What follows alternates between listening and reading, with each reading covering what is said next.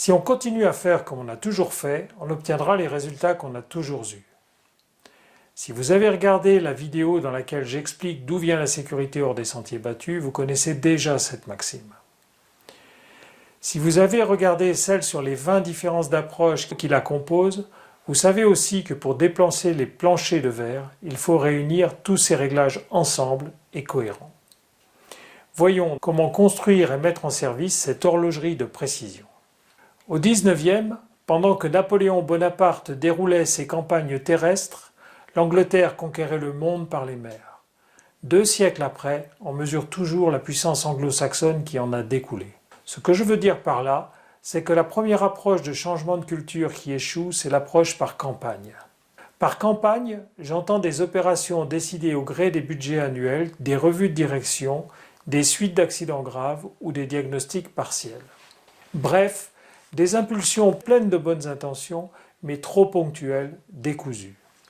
Pour prendre un vocabulaire et faire allusion à un enseignement militaire, un changement durable de culture sécurité se bâtit comme une guerre et non pas comme une campagne. Mes retours d'expérience m'ont appris que d'autres approches s'avèrent insuffisantes. Premier exemple, l'intensification des dispositions de fonctionnement existantes. Les intervenants se dépassent pour avoir leur bonus, pour relever le défi ou encore pour donner simplement satisfaction à leur hiérarchie. Si le contexte les oblige à se dépasser en permanence, ils ne parviennent pas à tenir le rythme dans la durée. L'intensification tourne au rituel, le bénéfice transitoire retombe. Deuxième approche qui aboutit cette fois partiellement, le plaquage. Cela consiste à faire intervenir les conseils d'une organisation qui a d'excellents résultats dans ses propres activités. Les ex-employés de longue date, devenus consultants, imprégnés de leur seule culture d'entreprise, conseillent d'appliquer d'emblée et avec le même degré de rigueur toutes leurs méthodes.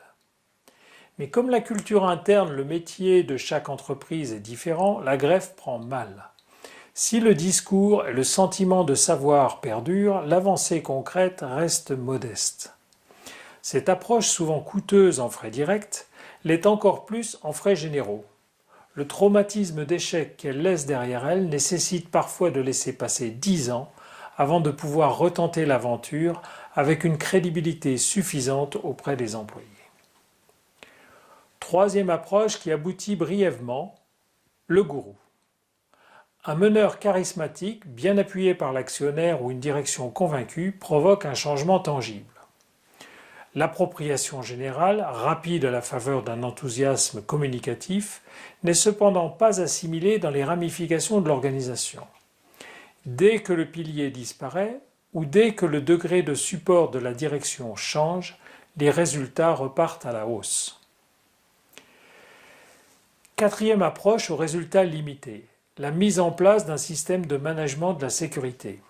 L'audisseur de certification 45001 que je suis, depuis la naissance de ces normes, ne vous dira pas que ce genre de dispositif est inutile. Mais sans les dispositions managériales, il est peu efficace. Il peut même s'avérer contre-productif par ancrage de pratiques limitantes ou par dérive bureaucratique. Au final, avec seulement un système de management comme levier, on risque fort de s'apercevoir qu'on a dépensé beaucoup d'énergie pour une amélioration préventive médiocre et parfois démotivante. Alors comment faire, me direz-vous ? Pour des raisons de concurrence, je ne peux pas détailler ici la méthode tout à fait particulière de conduite du changement incluse dans la sécurité hors des sentiers battus. Je le fais par contre volontiers en prémisse aux accompagnements. Le paradoxe, c'est qu'il faut réussir assez vite pour éviter les accidents et donner confiance, mais aussi qu'il faut se hâter lentement pour créer les conditions de la réussite. Ce compromis aboutit à 4 grandes étapes, quasi indépendantes des cultures et des tailles d'organisation. La préparation, la transition, la consolidation et l'ancrage. Pour chacune d'elles, les buts, les contenus, les passages à l'étape suivante sont très clairement définis. À tous les stades, le maître mot reste l'intégration, et donc il n'y a pas de comité de pilotage ou techniques spéciaux, sauf pour les grands projets. Nous venons de survoler les conditions pour réussir votre changement de culture sécurité. Nous arrivons ainsi au terme des 3 vidéos consacrées successivement à la construction de la sécurité hors des sentiers battus, à ses différences et à sa conduite. Vous voyez se dessiner une nouvelle voie, un nouvel espoir?